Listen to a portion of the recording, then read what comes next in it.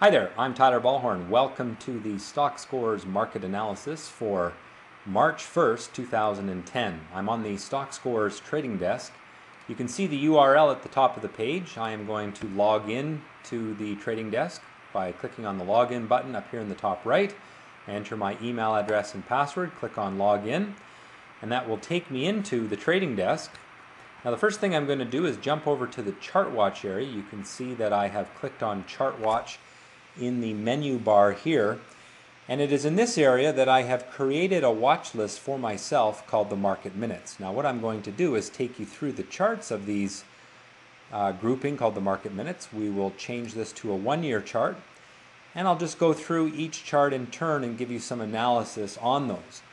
Now you can set up as many watch lists as you like with all the different stocks that you want to follow.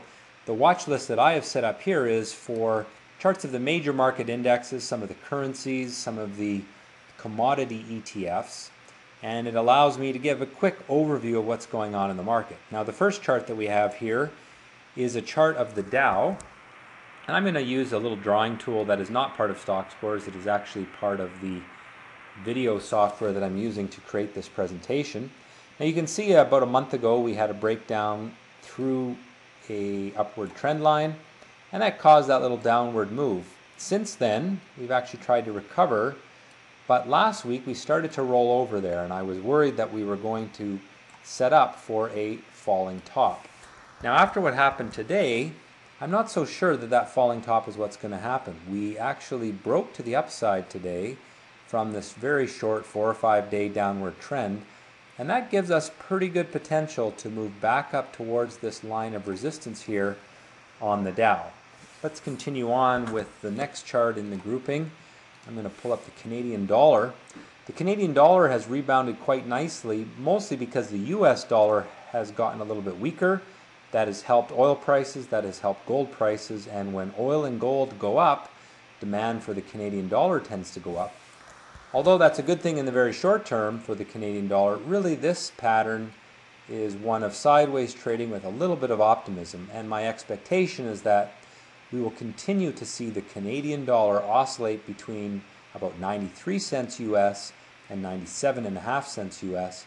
Not a lot of price swing in there. I would be a seller of the Canadian dollar at the top of that channel and a buyer down at the bottom. All right, next chart is a chart of gold. And as I said, gold has been making a little bit of a comeback in the last few days, mostly because of weakness in the US dollar. However, the chart really is not that great yet. Now the long-term upward trend remains intact. We bounced off of that a few weeks ago. The short-term downward trend line was broken, and so my expectation is that we're probably going to end up sort of trading in this range in the near term. Now if we can break through this high, well then we should move up and try and test this past high over here. But basically when I look at this chart, I'm not real excited about it. It doesn't show a tremendous amount of optimism yet. It is trying to build some rising bottoms, and so it's getting better than it was 2 weeks ago. But I wouldn't be really over enthusiastic about gold just yet. The oil chart remains a chart that has been locked in a trading range for some time. It looks very similar to the Canadian dollar, and that's no coincidence since the Canadian economy is so based on oil. What we have here over the last few weeks is a decent comeback in the price of oil. That probably has a little more upside to get up to the top part of that channel. But again, we're looking at this trading range, in terms of oil dollar terms, it's probably between $70 and $80 US on oil. And we just tend to bounce around in there. I'd be a seller at the top of that channel and a buyer at the bottom. Next chart is the chart of the NASDAQ 100. NASDAQ 100 made a nice break today out of this very short-term little what we call a flag. And this is a very short-term little downward move against that upward move that went into it. That's why they call it a flag. It sort of looks like a flag flapping in the wind there. And so that break today is a good thing. We're probably not going to get past those highs there. So the upside potential in the short term is only about 3% from here. But if you're buying individual stocks, that's going to give it that much extra boost in terms of them going higher.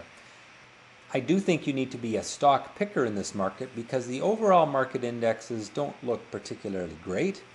They are sort of in a neutral pattern right now, and so when you're looking at individual stocks, you want to be looking for those stocks that are trading on their own story rather than having a heavy correlation to the overall market. This is a chart of the S&P 500, and again, much like the Dow, much like the NASDAQ, we broke that upward trend line from a falling wedge, or pardon me, a rising wedge.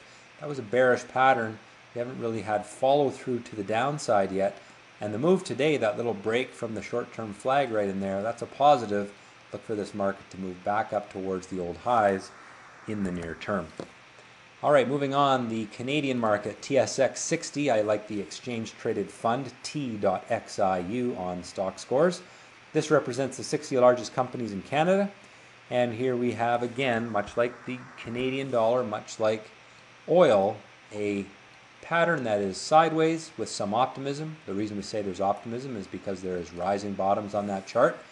But we are below resistance. We probably rally into that resistance and get stuck, at which point the market moves back down here. Again, this kind of pattern makes it important to be a good stock picker rather than buying the overall market in general. Finally, the US dollar index has been doing pretty well of late. We broke the downward trend a few months ago. We broke from a rising bottom about 6 weeks ago. And we are now sort of stuck in this range where we're, last couple of days we've had some down days, but generally speaking, this chart looks good longer term. Really what's happening is we're running into some resistance right over here from perhaps 10 months ago. Once we can get through that, and I do think it'll take some time, but once we can break through to the upside, US dollar index probably heads back up toward here, and that'll mean currencies like the yen, the euro, the British pound will probably suffer, while the North American currencies, the Canadian dollar and the US dollar, should do relatively well. Well, that has been the Stockscores market analysis for March 1st, 2010. All of the tools that I've shown you are available at the new Stockscores Trading Desk.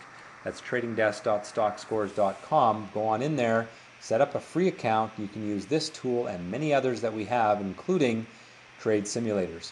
Have a great week in the market and trade well.